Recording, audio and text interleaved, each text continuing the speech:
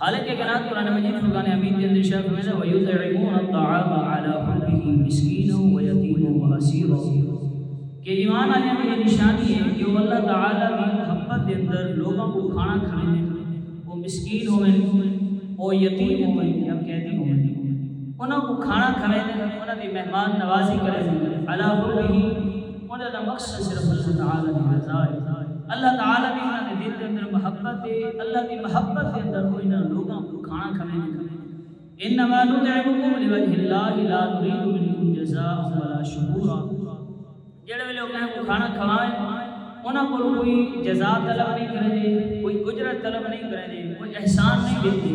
بلکہ وہ آدھے کہ انما نطعمکم لوجہ اللہ، اسا یہ جڑا کو کھانا کھوائے صرف اللہ تعالیٰ کی رضا دی خاطر کھانا کھوائے، اسا یہ واسطے کھوائے کہ اللہ راضی تھی ونجے، لا نرید منکم جزاء، سب تھوڑے کو کوئی جزا نہیں چاہیے، ولا شکورا، نہ تو سارا شکر ادا کرنے کی کوئی ضرورت ہے، یہ محض اللہ تعالیٰ کی رضا واسطے تھوڑی مہمان نوازی کی۔